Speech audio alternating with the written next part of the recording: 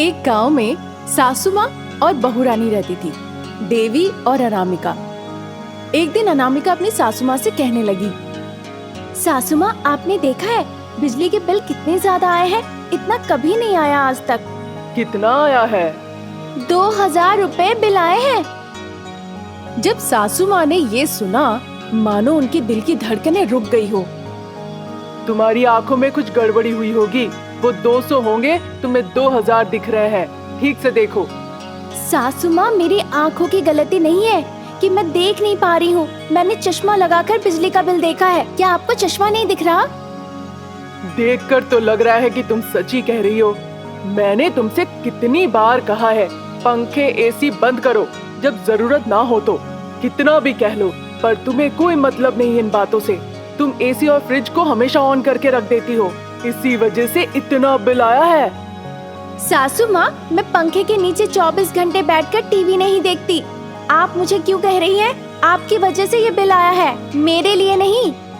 क्या तुम कुछ कम हो? आकर बैठ जाती हो और कहती हो कि ये चैनल लगाओ, वो चैनल लगाओ, चैनल बदलो। हमेशा तुम मेरे बगल में बैठी रहती हो। इस बीच अनामिका के पति वहाँ पर आ जाते हैं, जब दोनों एक दूसरे पर आरोप प्रत्यारोप लगाए जा रहे थे। माँ, आप दोनों लड़ाई बंद करो। आज क्या गड़बड़ी कर दिया आप लोगों ने? ये बिल्कुल अच्छा नहीं है। आप दोनों की आवाज सुनकर पड़ोसी यहाँ इकट्ठे हो जाएंगे। क्या आपको बिल भरना है? नहीं ना? फिर मैं जब बिल भरूंगा तो आपको इतना बुरा क्यों लग रहा है? जैसे कि आप जाकर बिल भरने वाले हैं। आप दोनों एक दूसरे से लड़ना बंद कीजिए और अपना काम कीजिए। बेहतर होगा कि आप कम बिजली जलाएं। ये कहकर वो वहाँ से चला गया। फिर वो दोनों अपने अपने काम पर लग गए। वो दोनों एक साथ बैठकर बातें करने लगे जब उनके सारे काम खत्म हो गए। फिर अनामिका ने सासू माँ से कहा, सासू माँ, जो भी कहिए, ये बहुत मुश्किल है। आप ही बताइए, क्या मतलब होता है बिना टीवी, एसी, लाइट, इन सारी चीजों के बिना? ऐसा है कि मैं भी यही सोच रही थी। हाँ। जब सासू माँ सोच रही थी तो उन्हें एक परिकल्पना आई और उसने अपनी बहू रानी से कहा, मेरे पास एक बहुत अच्छी तरकीब है। जब हम काम करेंगे तो हम असली करंट का इस्तेमाल करेंगे, और जब हमारा खाली वक्त होगा फिर हम जब बिजली को सर्विस वायर से खींचकर अपने घर ले आएंगे। फिर हमारे घर बिजली के बिल उतने नहीं आएंगे। सासू माँ, ये तो बहुत ही अच्छी तरकीब है। ये सोचकर वो छत पर गए रात के वक्त और एवरेज करंट के तार को जोड़ दिया सर्विस करंट के तार के बदले घर के साथ। इस तरह से उनके बिजली बिल कम आने लगे। इस तरह कई दिन निकल गए। एक दिन जब बहू रानी सीढ़ियों से छत पर गई और कुछ तार हटाने गई तो गलती से सारे तार एक साथ उलझ गए और उस वजह से पूरे इलाके में बिजली गुल हो गई। पूरे इलाके में अंधेरा छा गया बिना बिजली के। अरे, ये क्या हो गया? अब हम क्या करें? ये सोचकर उसने थोड़ी देर बिजली के सारे तार को हिलाए और बिजली आ गई वापस। जो काम उन्होंने किया था, इस तरह से बिजली उन तक आसानी से पहुंच रही थी। बहू रानी सीढ़ियों से नीचे उतर के आई क्योंकि उसे कुछ भी पता नहीं था। उसने बताया अपनी सासू माँ को क्या क्या हुआ।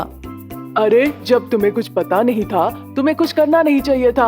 अगर कोई छत पर चढ़ता और देख लेता हम अवैध तरीके से बिजली ले रहे हैं तो हमारे खिलाफ वो प्रबंधक से शिकायत कर सकते थे। इज्जत मिट्टी में मिल जाती।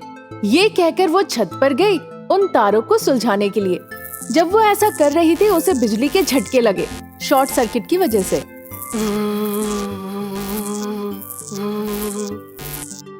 इस तरह से उसे झटके लगने लगे। उधर अनामिका नीचे खड़े होकर सोचने लगी, सासू माँ अभी तक नीचे क्यों नहीं आई? ये सोचकर वो ऊपर गई। उसे समझ में आया कि सासू माँ को इलेक्ट्रिक का शॉक लग गया है। वो तुरंत जोर जोर से चिल्लाने लगी, बचाओ बचाओ, कोई है क्या? बचाओ, आसपास कोई है क्या? सुन रहे हो मेरी बात? वो रोने लगी अपनी सासू माँ को खोने के डर से। उसने एक लकड़ी की छड़ी ली और जोर से मारा, किसी के आने से पहले। सासू माँ जाकर बगल में गिर पड़ी। फिर उन्हें सभी ने उस हालत में देखा। सभी लोग पूछने लगे, ये हालत कैसे हो गई?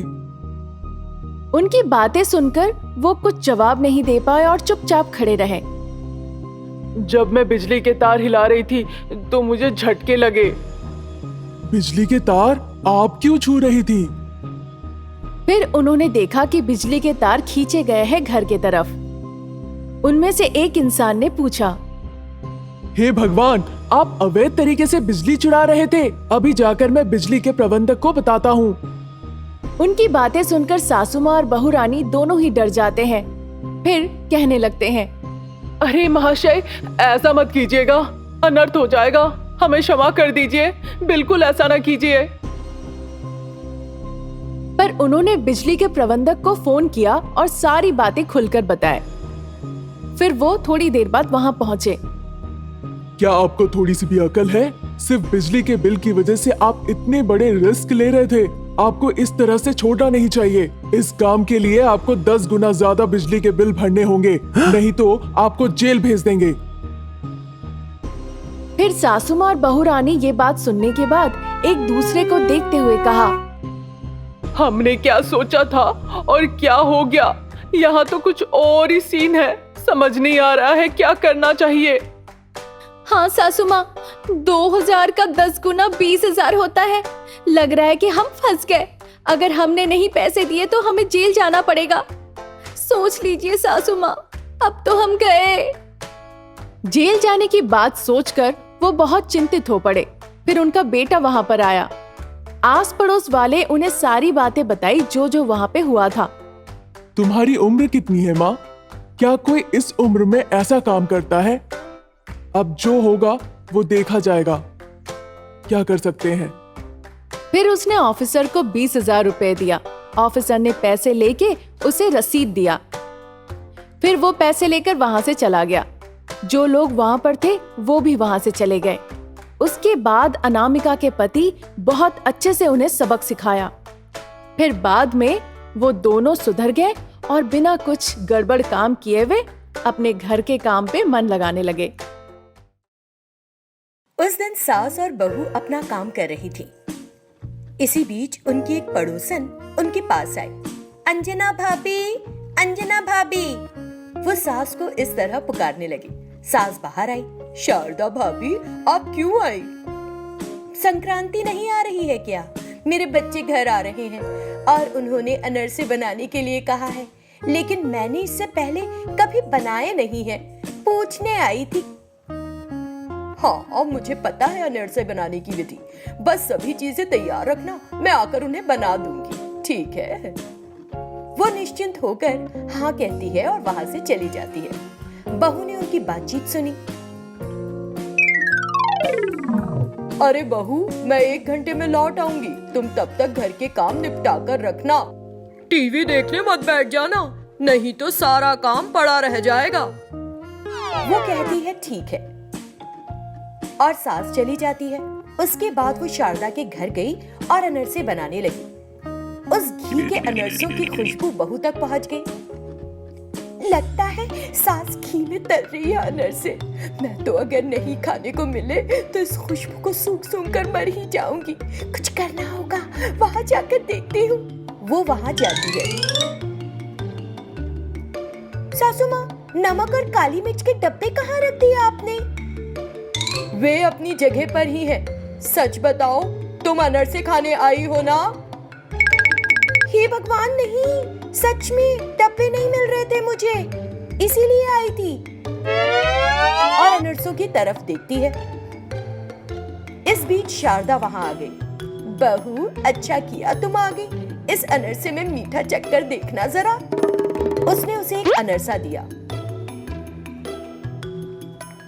ओह, बहुत गर्म था, ये मीठे का पता ही नहीं चल पाया। एक और दीजिए ना। उसने एक और ले लिया और उसे खाया। ओह, इसमें इलायची बहुत ज्यादा हो गई थी, एक और खाकर बताऊंगी। ऐसे कह कहकर उसने काफी सारे गप कर लिए। उसे ऐसा करते देख अंजना ने कहा, काफी खा लिए, अब घर जाओ। और कितने खाओगी? वो जोर से चिल्लाई। जा रही हूं। अरे भाभी, क्यों चिल्ला दी उस पर? बच्ची ही तो है, खाने देती। सास चुप रही। बहू घर पहुंचकर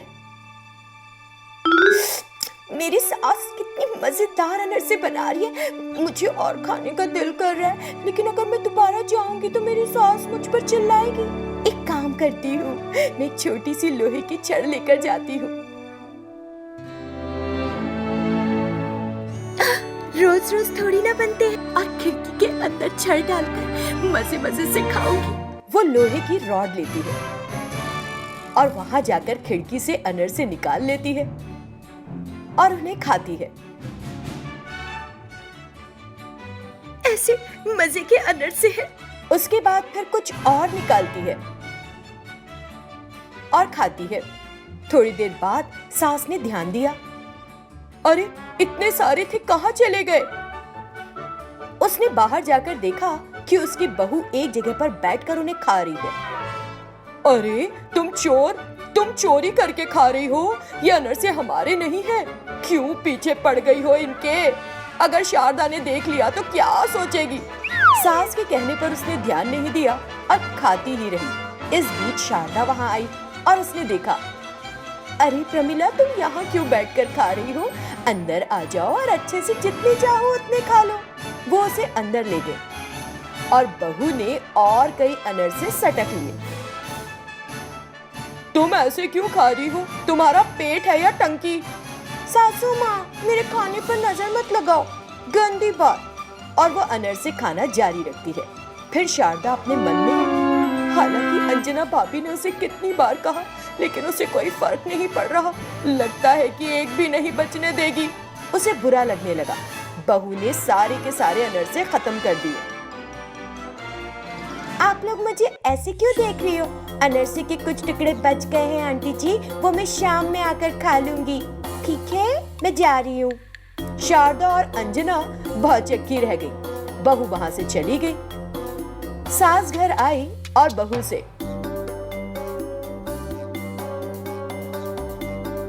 तुमने सारे के सारे अनरसे खा लिए। मैंने इतनी मेहनत से बनाए और मुझे एक भी नहीं खाने को मिला। मैं तो बस बनाती ही रह गई उन्हें।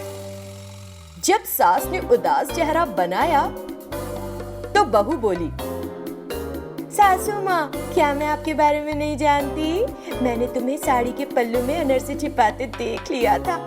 तुमने देख लिया? क्या वो भी खा जाओगी? हाँ। सारे नहीं, मैंने उनमें से कुछ छोड़ दिए हैं आपके लिए। आइए, हम दोनों मिलकर खाएंगे। सास को खुशी महसूस हुई।